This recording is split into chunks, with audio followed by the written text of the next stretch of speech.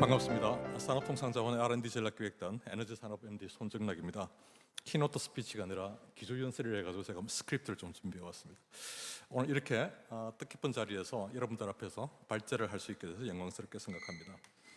사실 저희 전략기획단에서는 지난해부터 우리 기계연구원을 비롯한 각계 전문가분들의 도움으로 탄소 중립 시대 열에너지 활용 방안을 정리한 바 있습니다. 오늘은 열에너지 탄소 중립 기술 전략이라는 제목으로 그간에 정리된 내용을 중심으로 설명을 드리도록 하겠습니다. 우리 모두가 잘 알고 있다시피 열에너지의 기본이 되는 열역학에는 두 가지 법칙이 있습니다. 첫 번째가 열역학 제1법칙, 즉 에너지 보존의 법칙입니다. 열이 일로 바뀌고 일이 열로 바뀌더라도 전체 에너지는 항상 보존됩니다. 두 번째는 열역학 제2법칙, 즉 엔트로피 증가의 법칙입니다. 전체 에너지는 항상 보존되지만 에너지 전환 과정에서 엔트로피가 증가하게 되고 이에 따른 비가역성이 증가하게 됩니다. 따라서 이 두 법칙을 합치면 열역학 제1법칙에 따라서 에너지는 항상 보존되지만 열역학 제2법칙과 관련된 비가역성의 증가로 우리가 사용 가능한 유용한 에너지는 줄어들게 됩니다. 열에너지에 관련된 가장 대표적인 비가역성이 화석연료의 연소 현상입니다. 화석연료의 연소로 열이 발생하면서 함께 만들어지는 이산화탄소는 지구온난화와 관련된 대표적인 온실가스입니다. 따라서 열에너지 사용으로 인한 비가역성을 줄이기 위해서는 원천적으로 화석연료로부터 벗어나야 되지만 인류와 함께 오랫동안 사용한 화석연료로부터의 탈출은 결코 쉬운 일이 아닙니다.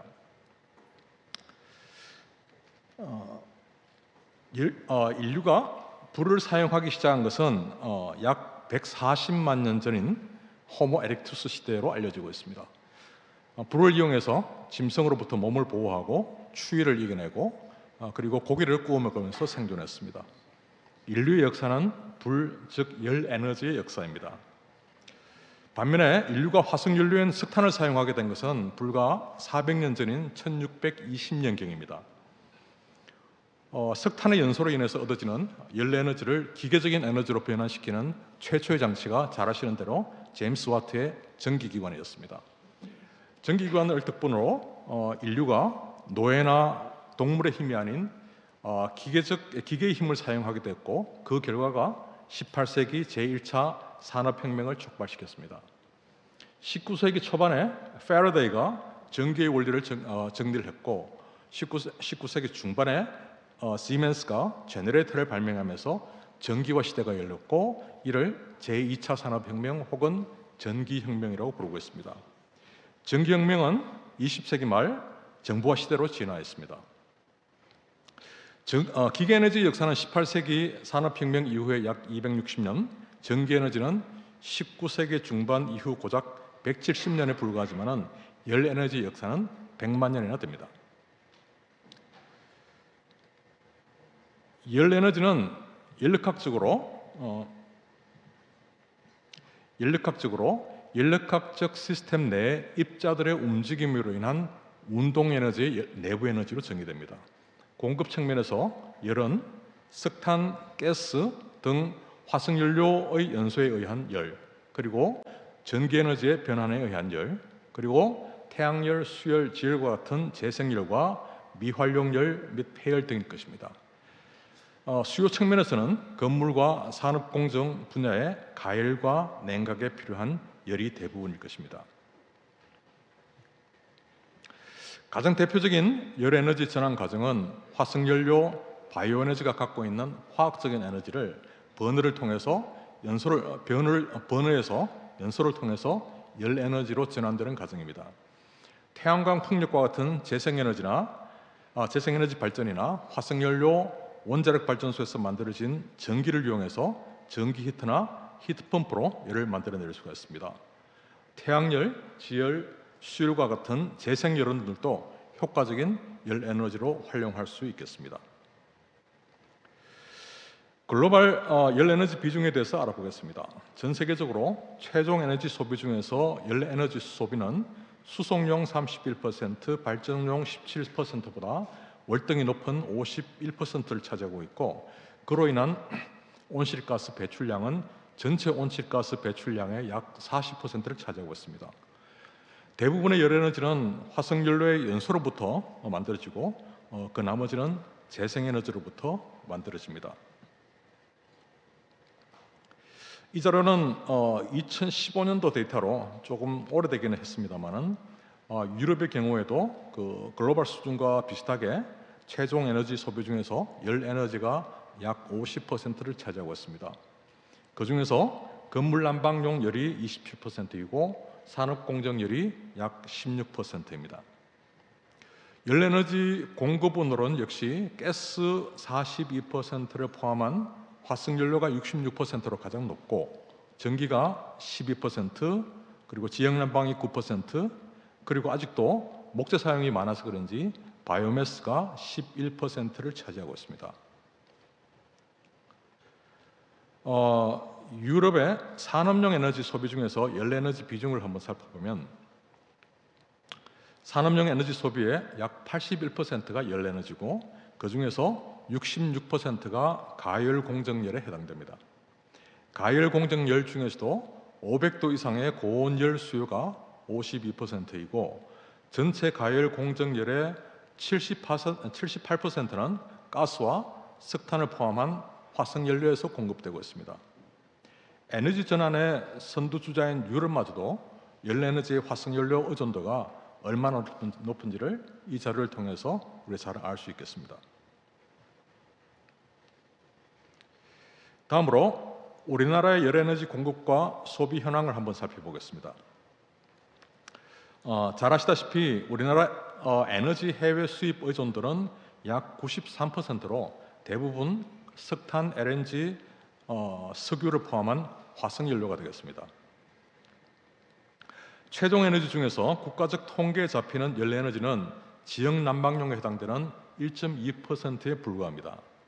그렇지만은 도시가스, LNG, 유연탄, 무연탄과 같이 가열 목적의 열에너지 부분을 모두 합치면 약 27%가 열에너지고 이 값은 이 그림에서 전력으로 표기되어 있는 전기에너지 19.7%보다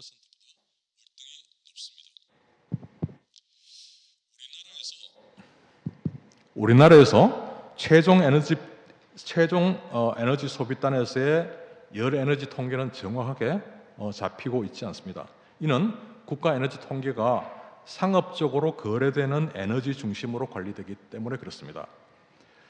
전기 에너지를 비롯한 다른 에너지 소비처 중에서 통계에 잡히지 않는 열 에너지를 포함하면 27%보다 훨씬 더 클 것으로 추정이 됩니다.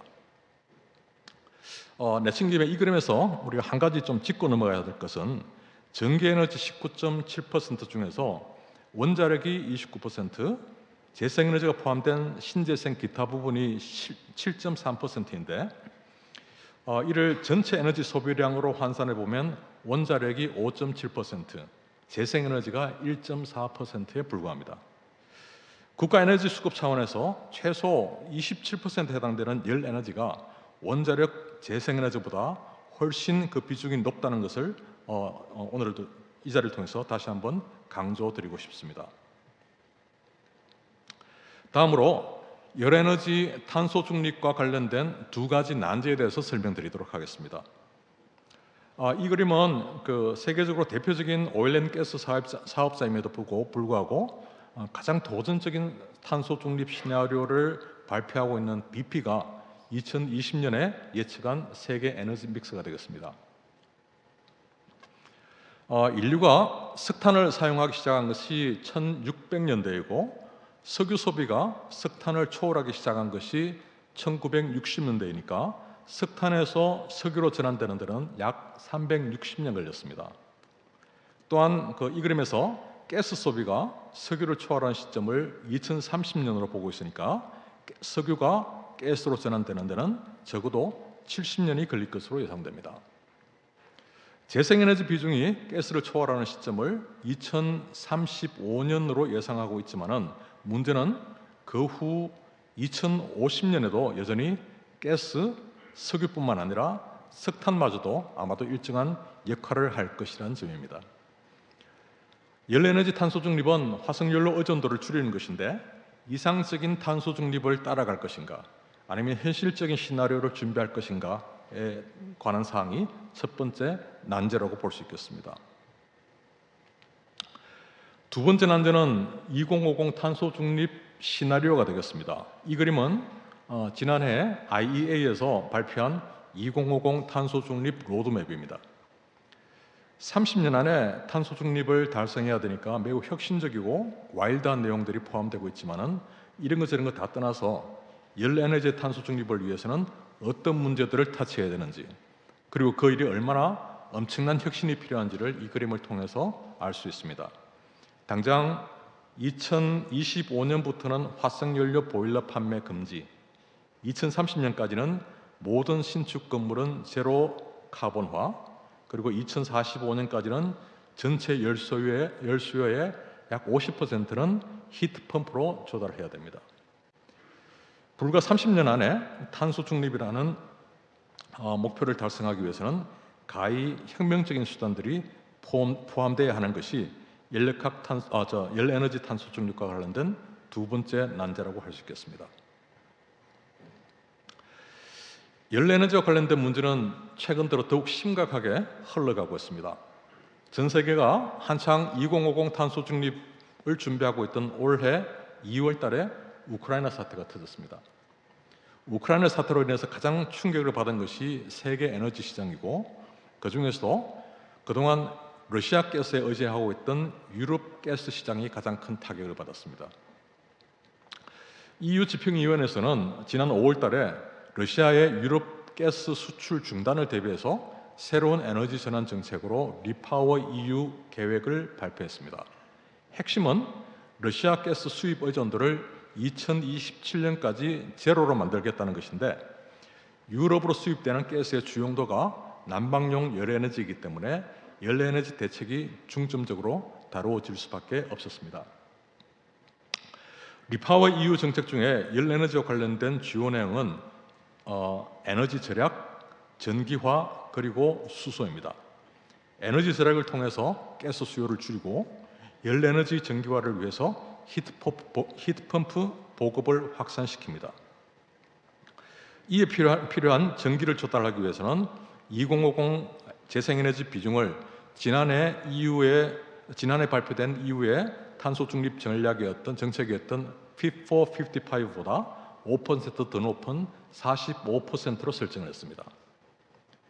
그리고 궁극적으로는 러시아 가스 대신 수소를 사용하겠다는 것인데, 이 수소 역시 EU에서 조달 가능한 재생에너지를 이용한 그린 수소와 중동 지역에서 수입되는 블루 수소로 조달하겠다는 내용들이 포함되어 있습니다. 일본의 경우는 넘어가도록 하겠습니다. 지금부터는 지난해 전략기획단에서 정리한 열에너지 탄소 중립 기술 전략에 대해서 간략히 설명드리겠습니다. 우선 큰 틀에서 전체 에너지 분야에서 탄소 중립 혁신을 위한 수단들로 4가지 기술적인 필러와 2가지의 정책적인 필러를 포함한 6가지 필러들을 설정했습니다. 기술적 수단 중에서 가장 먼저 동원되어야 될 수단이 효율 향상 수요 관리입니다. 두 번째가 전기화입니다. 전기화를 주된 내용은 재생에너지 주력 전원화, 그리고 전력망 인프라 혁신이 되겠습니다. 세 번째는 수소화, 네 번째가 CCU였습니다. CCU에서는 탄소 중립의 마지막 수단입니다. 2가지 정책 수단 중에 첫 번째가 리질리언스입니다. 탄소 중립은 혁명적인 전환이 아닌 지속 가능한 전환이 되어야 됩니다. 그리고 에너지 안보 측면에서도 함께 고려되어야 될 이슈입니다. 두 번째 정책 수단은 정부의 역할이 되겠습니다. 정부는 탄소 중립에 필요한 인프라 투자와 함께 기술, 정책, 시장의 조화에 의한 탄소 중립을 추진해야 합니다. 다음으로 탄소 중립 10대 기술을 정리했습니다. 먼저 태양광 풍력을 포함한 재생에너지, 수소터빈 암모니아 발전, 수소연료전지, 그리고 원자력에 포함된 무탄소 발전, DC화, 분산화, 디지털화가 포함된 전력계통 혁신, 그리고 배전단 이후의 단주기, 송전단에서 장주기 에너지 저장이 포함된 ESS, 그리고 열에너지가 포함되어 있습니다. 열에너지의 핵심은 전기화와 에너지 시스템 인테그레이션이 되겠습니다. 여섯 번째가 에너지 효율, 그리고 수소, 청정연료, 자원순환, 특히 자원순환 안에는 핵심 광물과 자원 제조가 여기 포함되어 있습니다. 그리고 마지막으로 이산화탄소 포집 저장 활용이 포함된 CCUS 기술이겠습니다.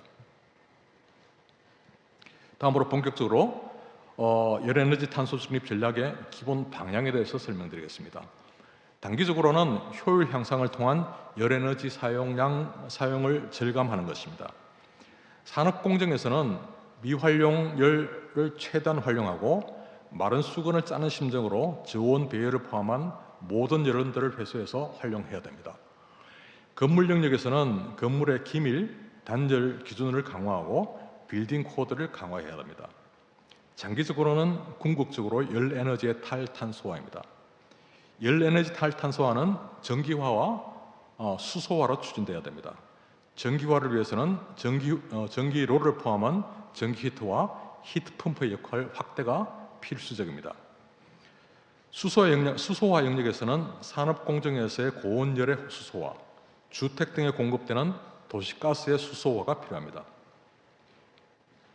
열에너지의 전기화 및 수소화와 관련된 기본적인 조건으로는 이에 필요한 전기와 수소를 생산할 때 온실가스가 배출되지 않아야 합니다. 이 문제를 무시하게 되면 열에너지의 탄소화는 온실가스 배출을 열 소비자가 전기와 수소 공급자에게 전가시키는 것이 됩니다. 특히 열에너지 탈탄소화에 필요한 전기와 수소를 생산할 때 해외에서의 수입이 필요 없는 재생에너지를 활용하면 궁극적으로 에너지 안보에도 기여할 수 있습니다. 물론 쉽지 않은 길이긴 합니다. 또 넘어가도록 하겠습니다. 이 그림은 열에너지 탄소 중립 기술 전략의 비전 차트가 되겠습니다. 지난해 기계연구원에서 많이 도와주셨고 기계학회 전문가 여러분들의 참여로 작성된 것입니다. 열에너지 공급 및 저장, 그리고 열에너지 활용 기술, 그리고 플랫폼 구축 영역에서 열에너지의 탄소 중립에 필요한 기술들을 검토해서 정리한 내용입니다. 이 내용들은 앞으로 산업부 에너지 R&D 사업을 추진하면서 지속적으로 반영해 나가도록 하겠습니다. 이러한 기술들이 적용되었을 때 열에너지의 탈탄소로 인한 탄소 중립 기여도를 러프하지만 대략적으로 추정해 봤습니다.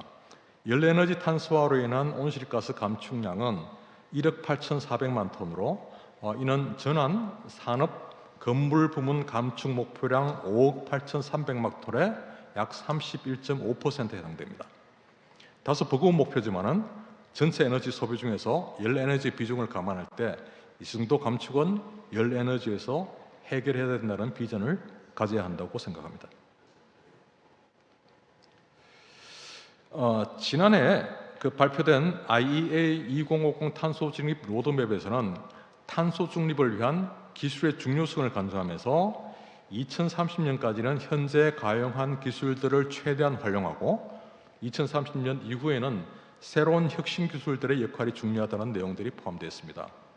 이를 열에너지 관점에서 생각해 보면 2030년까지는 아무래도 전기 히터, 그다음에 히트펌프, 그리고 에너지 매니지먼트 시스템 관련된 기술들이 주력 기술이 될 것이고 2030년 이후에 필요한 혁신 기술이 무엇일까에 대해서는 기계연구원을 포함한 열에너지 전문가분들께서 좀 더 고민해 주셔야 됩니다.